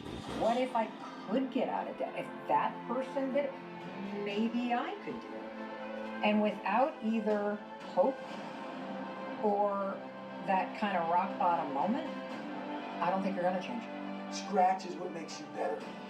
Scratch, friction, obstacles create growth.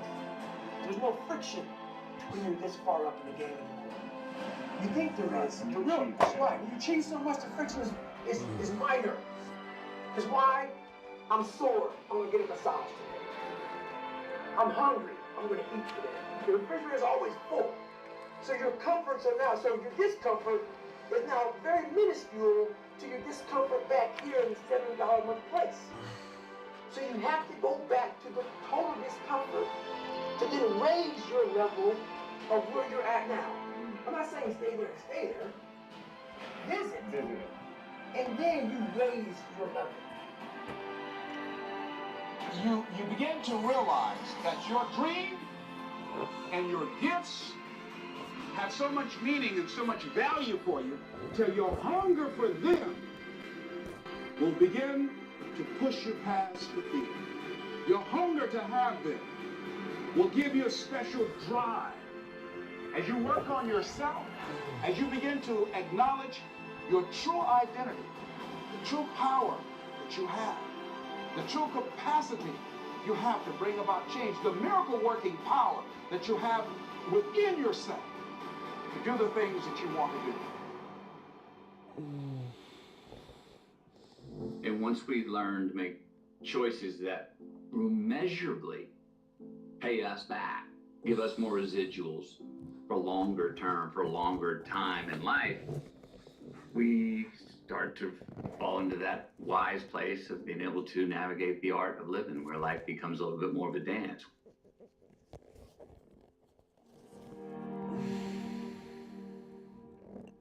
You're sitting on the edge of the bed trying to have an honest dialogue with yourself, and the little voice says, You know, it's pretty disgusting in here.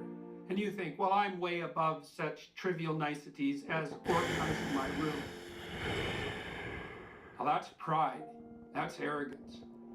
If you're above organizing what's actually yours, how in the world are you ever going to organize anything else? And so you get on your knees and you think, well, it's time to, you know, take a brush to the toilet. And maybe that's where you start.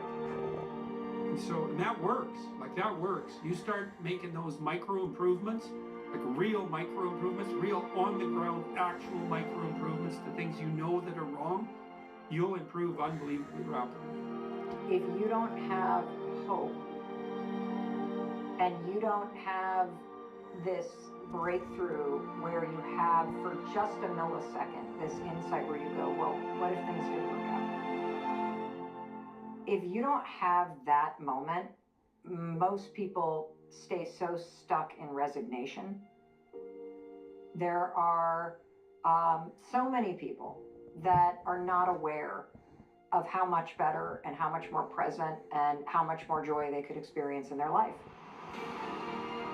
See, when you are not filling your life with the things that you are capable of doing, see, we all have some stuff that we've been given. And I don't think that it's optional for us to sit on what we have.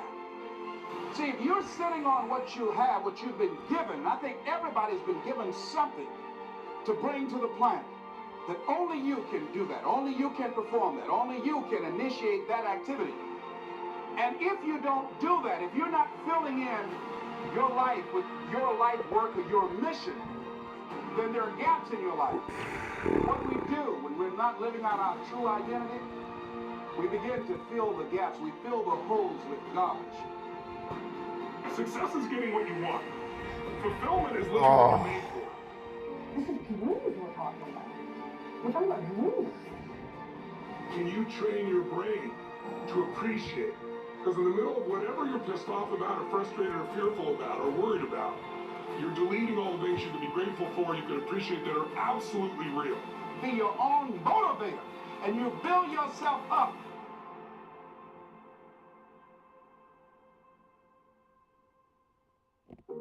And that's the problem with the mind. And, you know, I want your listeners or viewers to really think about this. You do not experience life. You experience the life you focus on. That's it. Oh my God. In order to achieve greatness, you must first believe you can. What's the biggest challenge that most of these individuals have? What's the common challenge? Believe. They don't believe, man. You know, it's all mental, and people don't get it. Everybody wants to say, okay, well, here go 10 steps to, okay, Lewis said do 8, E.T. said do 9, you know, this person says this is 12 steps, and everybody's trying to get the steps without the mentality. Yep. You got this. I believe in you. Whoa. When somebody says, no matter what happens, whether it succeeds or fails, I'm going to be by your side. That's when I have the confidence to do difficult things. Wow. So it's the people in my life. You should recognize the potential in yourself and love yourself enough to make the changes that produce the best possible version of yourself. Or how do you overcome self-doubt? How do you overcome self-doubt? Help someone else overcome self-doubt. I love that. I love that. Overcome self-doubt by helping. And it's not a selfish thing. I'm only helping you so I can. You have to genuinely love and commit to the person. So it's not the car, the house, or whatever. It is that internal goal, that internal why. And so for me, I just think that's it. It's something within it. You gotta pull it out. And so it's easy when you have a why, a purpose. I'm doing it for this, I'm doing it for that. It's easy to get up and get going. But if it's just for a car, what happens when you get the car? Because you can buy it. What happens when you get the house? And you can buy the house. The only reason you're not the best right now is because you don't believe you're the best out. You can learn all the techniques in the world. If you don't believe in yourself, it won't happen for you. You have got to stand up to that voice. You've got to sell yourself every day on your abilities, on what you're doing, on the goal that you want to reach. You've got to sell yourself every day, every day, every day. According to your level of belief, it will manifest itself in what you're doing. Whatever we have right now, whatever we're demonstrating in our lives, is a result of what we believe subconsciously that we deserve. And part of increasing that belief level is that you have got to convince yourself every day.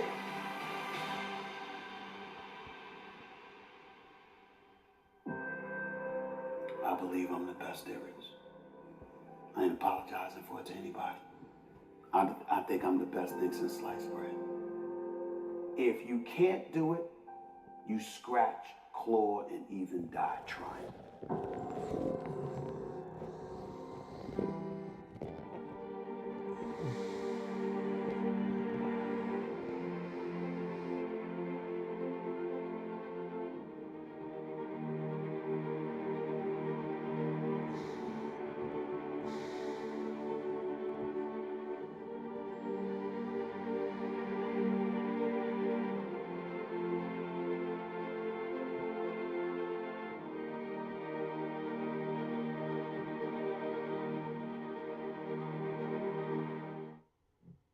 You wouldn't have suffered enough. I've been suffering all my life. I'm sorry. It's not enough. The amount of suffering that you understand, the amount of pain that you've gone through makes you appreciate the happiness and the beautiful moments with much more intensity. You know what it's like to be poor, and you know what it's like to work hard. And you will want so much for them to like you, and they just won't.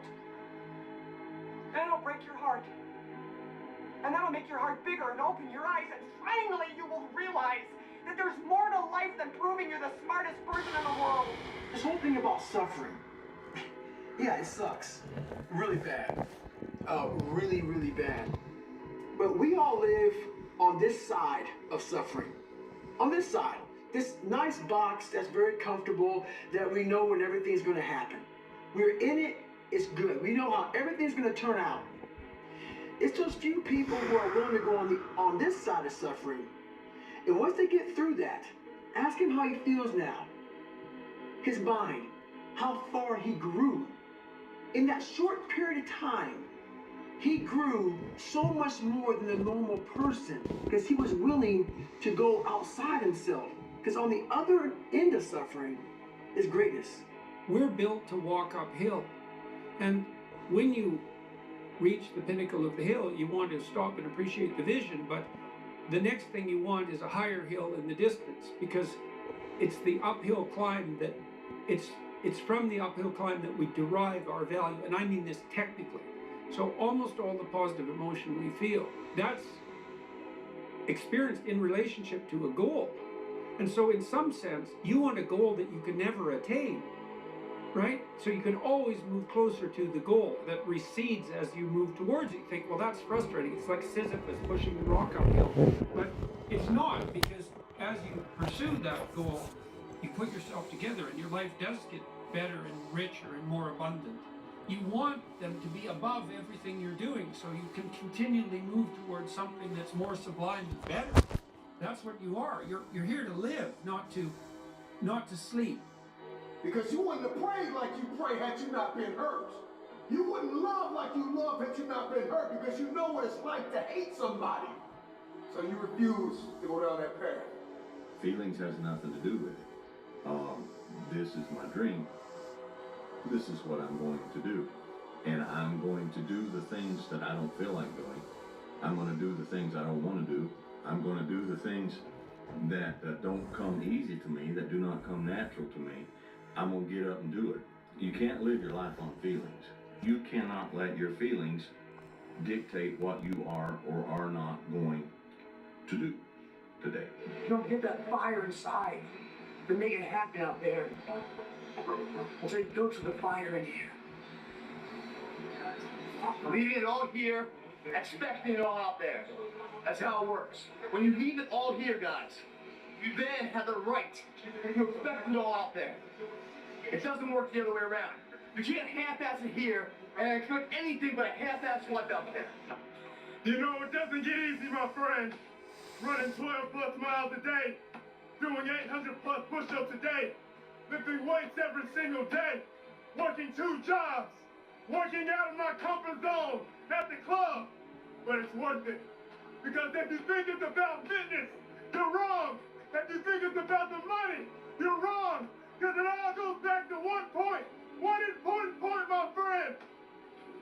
I'm in it for the mentality. The mentality to keep going, no matter what happens. Nothing should be easy. If it's easy, it's not gonna be worth doing. So many people love to have the opportunity to find the easy way out and celebrate something that they never really worked hard to get. It gives you an opportunity to appreciate the challenges more, the letdowns, the failures. It gives you more ammunition so when you do eventually get to where you want to be, just in case that moment comes and you get knocked back down, you understand what it feels like and you know you're not going to stay down for very long because you know what that ground feels like. This life is relentless. You better keep coming back from all your failures, all your doubts, all your shit. You better keep fighting, keep getting up. Never lay down for shit.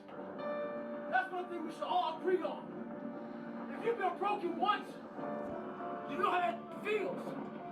That means try and break me again. One thing in life, suffering has no expiration date. It don't give if you're black, white, poor, rich, where you come from, how you were raised. And we'll keep coming after you. Stay hard. It hurts when we lift these weights and we're trying to accomplish a goal. It hurts. It's painful. It's daunting. It's cumbersome. I don't want to do it. I'm sweating. I'm bleeding. I'm crying. I'm suffering. But after I've suffered, there is a reward. See, we spend too much time thinking about how bad it hurts instead of how good the future will be after the pain. And so after the blood, after the sweat, after the tears, after I've cried all I'm going to cry, I want to use the pain to my advantage.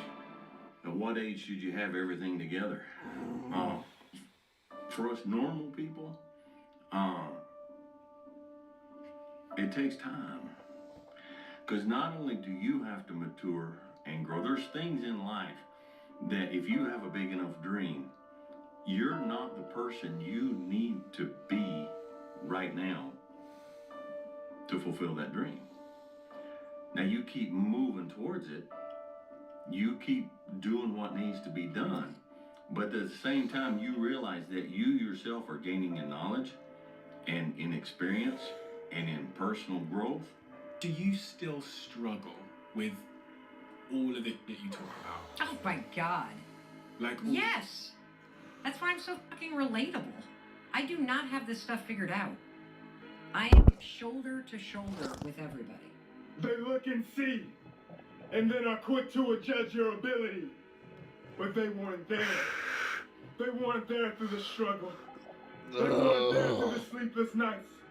They weren't there through the pain. They weren't there through the trauma. Yeah. They weren't there through the tears. They weren't there to pick you up. You did that. So what gives them the right? What gives them the right to judge you? They don't know your ability, my friend. They don't know what you're capable of. They don't know what you can do. So you find a way to push through. You find a way to keep going because nobody can tell you anything when you're the one who dragged yourself out the dark. When you're the one who dragged yourself back into the light, my friend. Oh. They have no business in your business. So you keep going. We all gonna go through it. We all have to go through it. Including myself. I'm gonna tell you something.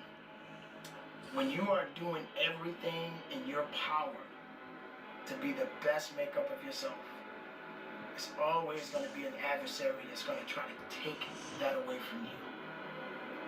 Now the best way you can overcome this is having the faith. Now it doesn't matter what you believe in as long as it's something that's positive, it's gonna get you through it. Imagine if you could use pain as a fuel. Imagine if you could use the pain as a passport. Imagine if you could use the pain to push you, to condition you, to prepare you for the stages and the rooms you gotta walk into and the tables you gotta sit at and the stages you have to stand on. What if the pain can make you better? What if the pain could build muscle? What if the pain can cause you to reach higher, to leap farther, to run faster? What if the pain could help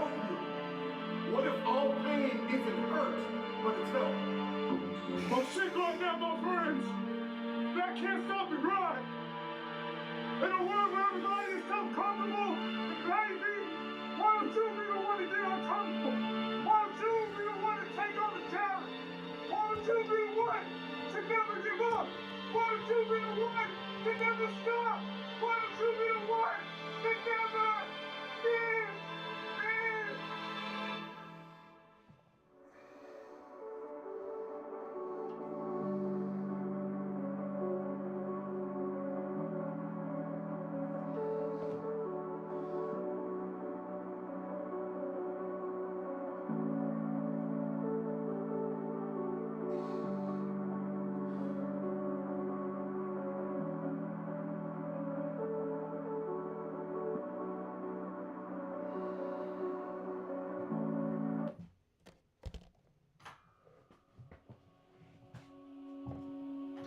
We've all heard it. It's always darkest before the dawn. You have to push through the hard to get to the place you're trying to get to. You have to understand you are on your own unique journey, and your truth is going to be unique to you. So as you go down that journey of trying to be authentically who you were made to be and find your truth, there's going to be so many people that do not agree or do not align with that path. Here's what I know. I know that until you make a decision that you no longer want to feel how you feel, or you no longer want to think the way that you think, or you no longer want to have the kind of results or no results that you have, until you make that decision that, you know what? I know I don't feel great. I know I doubt myself. I know I've had a lot of bad things happen. I know there's a lot that I regret, but damn it, you've got to start with wanting something better for yourself. And then I personally think the most important thing is to start acting like the person who has the things that you want right now, even though you don't feel like it. The reason why a lot of people won't become who they want is because they're too attached to who they've been.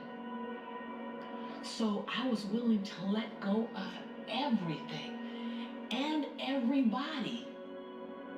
See, another reason why people won't get there is because the doorway is for you to fit through. You're trying to carry everybody else through because you're trying to be Rescue 911. And you gotta rescue you first. You're gonna have some ups and you're gonna have some downs. But during those down moments, that's where the growth takes place. That's where the work is.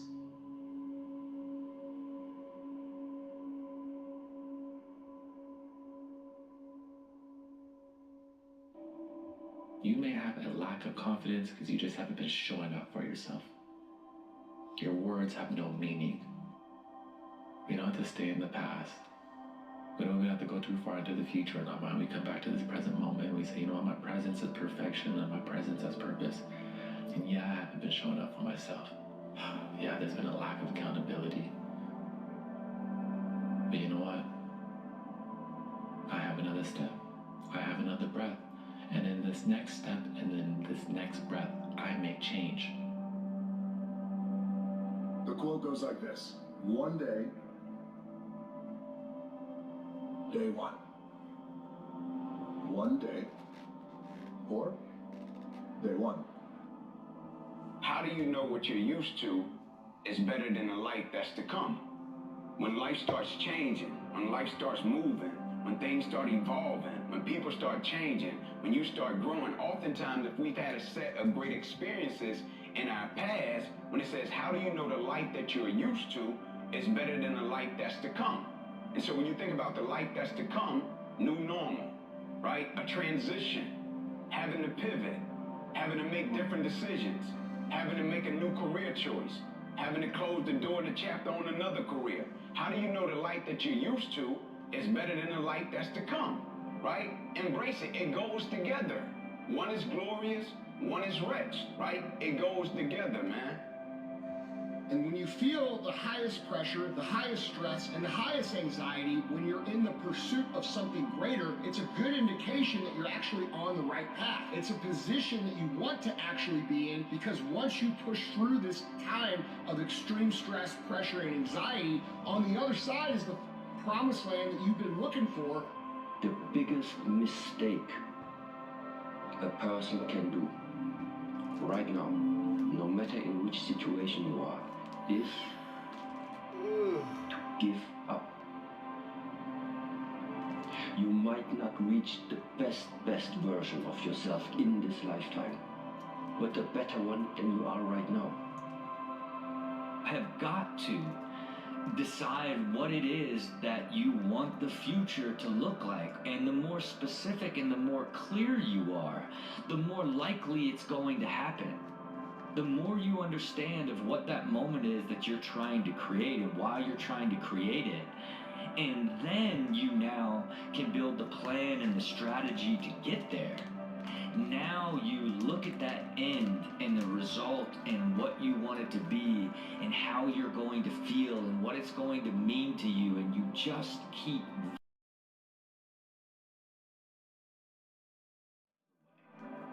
the entire step of the way, and it is going to eventually reveal itself, all the things that you need to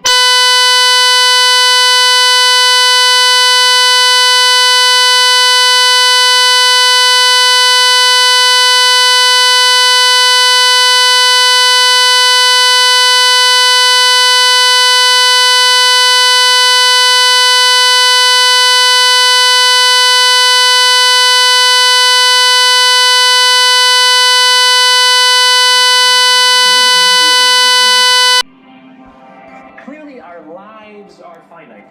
We're born, we die, we come, we go. I'm back. But life is infinite. The game of life will continue with us or without us. Which means every single one of us has a choice. We don't get to choose the nature of the game. Life is infinite. We don't even get to choose if we want to play in the game or not. Once you're born, you're in it. Yep. We get one choice.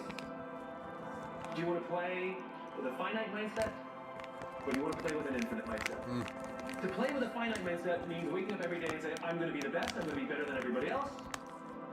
And when you die, you take none of it with you. Or we can choose to live our lives with an infinite mindset. Which means I'm going to leave this world in better shape than I found it. It means I'm going to devote my life to see that those around me rise. And we know that we're living with an infinite mindset because our obsession is seeing that we have an impact on the lives of the people around us. Wow. Holy shit. That's deep. I needed that today.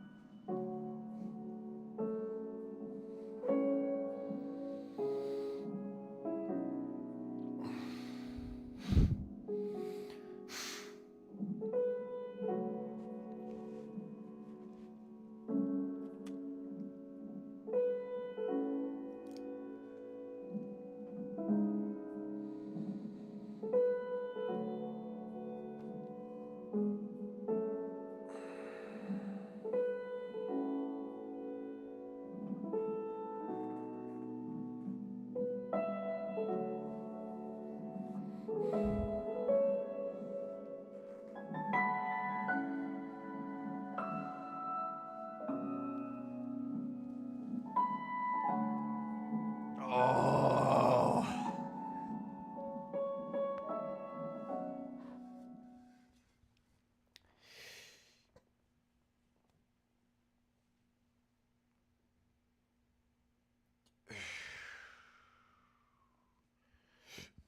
You know what I'm gonna do? I'm gonna go on a run. But that means I gotta end stream. But I'm sure everyone's okay with it. We got these Nike Zoom X Invincible Run 3s. We're gonna go put them to the test.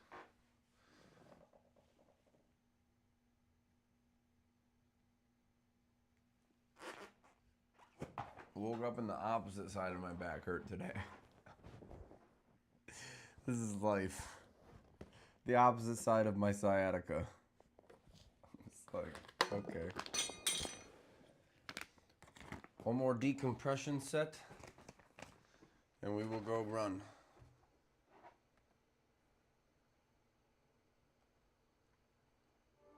Learn that no matter what happens or how bad it seems today, life does go on, and it will be better tomorrow. It's dangerous to dwell on past mistakes because people sort of define themselves by the worst moments that they've ever had. You have to get through failure. It's very important, and you get through it by just picking yourself back up and moving forward and going. You know, there's one place that all the people with the greatest potential are gathered. One place, and that's the graveyard. The number one regret of the dying is they didn't take risks. They didn't become their ideal self.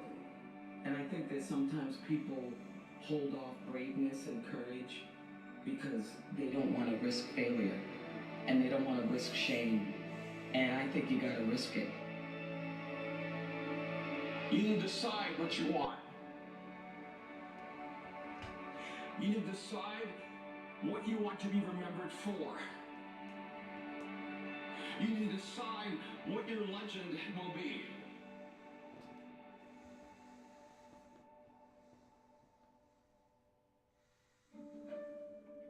Fear is a companion that you do not need.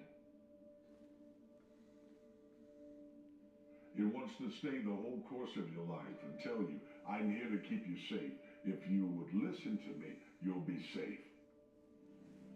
And the thing about playing it safe is that you'll never be able to open up what's in the safe. You see, what's in the safe is treasure. What's in the safe is something great. But if you can ever break through and open that safe up, the combination to winning is overcoming fear, testing your limits, and then discovering what's possible. So many people live in their head, they go to therapy in their head, they go in circles and nothing changes because it just becomes a circular conversation. And so what are you going to get yourself to act? Well, to get yourself to act, you have to get yourself in a state where you'll do it. So you can take anything and make it represented in your mind as difficult or easy. And the way we represent things is the way we feel. Experience life, you experience life you focus on. When I'm focused on what's wrong, my life is wrong. I'm focused on what I love, my life is love. It really comes down to, yes, the way you represent the world is the way you experience the world. So I'm trying to figure, what's life? Oh, it's a test. Well then, what's life like if it's a test? Oh, it's like a test, then it's hard, and I gotta study, and I could fail, or someone would say, then life's easy because I'm good at tests. Or is life a battle? Then those people always are looking for someone to fight with. They expect there's gonna be a fight. It's always a struggle, and they find a way to make it a struggle. Is it a gift? Like how we represent life, it'll change completely what you're feeling, what you're doing. Let me tell you something. You listen to me closely. Success doesn't come to the most intelligent or the most talented. Success to come to those who are the most hungry. And there's a thing in your life called momentum, and if you're stuck in your life, it's because there's a lack of momentum in it. Momentum takes average, ordinary people and makes them appear to be superhuman. You have to be really difficult and Time to go run. so you can start to build a habit of doing Okay, chat. first and difficult Stay things blessed. first. If you can survive Don't the stress. temporary. We're On the born to other just side of impress. temporary pain, Be you wholeheartedly, unapologetically. Chase your dreams, chase your goals. Don't just chase a paycheck. I'm better yet, don't even just chase them, catch them. They never create any momentum in their life. Don't listen to the haters, my mans are secretly your biggest But for people fans. with a growth mindset, Trust the the brain becomes more process. active when receiving Stay information clear. about what they could do better next time. Naysayers are everywhere. In other words, people with a Persevere. fixed mindset worry the most about how they're judged, while those with a growth mindset focus the most on learning. There are other consequences of mindset. People with a fixed mindset see effort as a bad thing, something that only people with low capabilities need, while those with a growth mindset see effort as what makes you smart, as the way to grow. And when they hit a setback or failure, people with a fixed mindset tend Bye, to chat. conclude Have a that they're blessed day. incapable. So to protect their ego, they lose interest or withdraw. We observe that as lack of motivation, but behind it is a fixed mindset. Whereas people with a growth mindset understand that setbacks are part of growth. So when they hit one, they